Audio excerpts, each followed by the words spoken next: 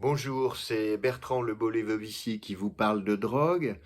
J'ai posté une vidéo sur la consommation d'héroïne sniffée avant-hier et j'ai tout simplement oublié de parler de l'actualité, donc je voudrais ajouter un addendum. Il y a eu les 16 et 17 mai derniers sur le 92 et le 93 entre 20 et 30 overdoses d'héroïne. Aucune n'a été mortelle, mais elles ont nécessité des hospitalisations et elles ont évidemment créé beaucoup d'inquiétudes. Actuellement, si j'ai bien compris, on ne connaît pas la cause exacte de ces overdoses. Quelles sont les hypothèses? Alors, l'hypothèse la plus habituelle en temps normal, c'est que une héroïne beaucoup moins coupée que d'habitude se met à circuler. Le chiffre de pureté que j'avais indiqué avant-hier, c'était entre 10 et 20%. Apparemment, c'est même moins que ça. Ce serait plutôt entre 5 et 10% de pureté, ce qui veut dire qu'il y a entre 95 et 90% de produits de coupe. Et si une héroïne arrive coupée même à 40 ou 50%, elle peut parfaitement provoquer des overdoses et ces overdoses elles-mêmes peuvent être mortelles. Ça, c'est la première hypothèse. Les médias se sont fait l'écho de la présence dans cette héroïne de deux cannabinoïdes de synthèse. Je dois dire que cette hypothèse me semble assez peu crédible. Les cannabinoïdes de synthèse peuvent être dangereux. D'ailleurs, je l'avais dit très clairement à propos du HHC, mais de là à favoriser à aider, à favoriser, à provoquer une overdose d'héroïne, je dois dire que j'y perds un peu mon latin. Et puis il y a une dernière hypothèse qui est de loin la plus défavorable, ce serait la présence dans cette héroïne d'un fentanyloïde, c'est-à-dire d'un fentanyl non pharmaceutique, d'un fentanyl issu du marché clandestin. Et si vous vous souvenez un peu de la crise américaine des overdoses, vous savez qu'actuellement, c'est la présence de ces fentanyloïdes, souvent produits en Chine et qui rentrent sur le marché clandestin américain par le Mexique, qui sont à l'origine de dizaines de milliers d'overdoses mortelles.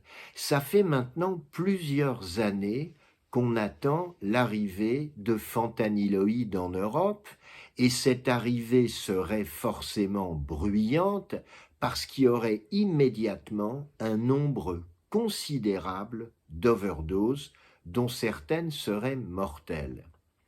Il existe une antidote à l'overdose, un antagoniste opiacé qu'on appelle la naloxone et qui a une très grande efficacité.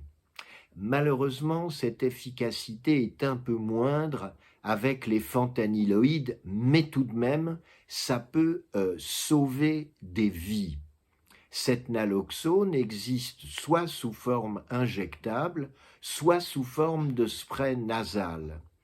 Il faudrait évidemment qu'elle soit très largement distribuée aux consommateurs d'opiacés et en particulier aux consommateurs d'héroïne, parce que ça permettrait de sauver des vies. Simplement, il faut que cette naloxone soit à portée de main. Sinon, évidemment, si elle est dans un tiroir ailleurs que là où on est, ça ne sert pas à grand-chose. Et puis, il faudrait pouvoir disposer d'un test simple permettant de savoir s'il existe ou pas une présence de fentanyloïdes dans l'héroïne qu'on a achetée, soit chez un dealer, soit sur le marché clandestin.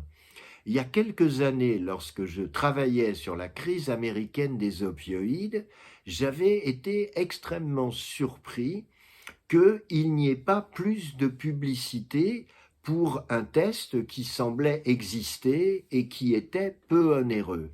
J'ai fini par comprendre pourquoi en discutant avec un travailleur dans une conférence avec un travailleur social français qui bossait à Montréal. Parce qu'il m'avait expliqué qu'on en parlait peu, tout simplement parce qu'à l'époque, et c'est peut-être encore vrai aujourd'hui, il y avait des fentanyloïdes systématiquement dans l'héroïne qu'on pouvait trouver tant aux États-Unis qu'au Canada. Il m'avait même raconté, ce qui m'avait à l'époque quand même beaucoup surpris, c'est que la cocaïne elle-même était coupée au fentanyloïde, ce qui semble absurde, parce que lorsqu'on achète de la cocaïne, c'est pour ses effets stimulants et c'est pas pour avoir un sédatif. Mais enfin voilà, il y avait tellement de fentanyloïdes à disposition qu'on les mettait à peu près dans n'importe quoi. En revanche, en Europe, l'existence d'un tel test serait une grande avancée.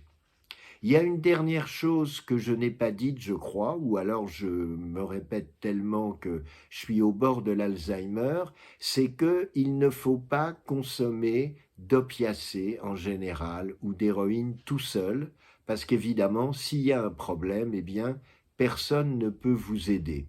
Voilà, j'espère que j'ai un peu complété la vidéo soupe spéciée à Eternitatis, comme disaient les anciens, et qui n'était pas très branchée sur l'actualité. Je vous dis à très bientôt et je vous dis ciao ciao, salut, à bientôt, ciao.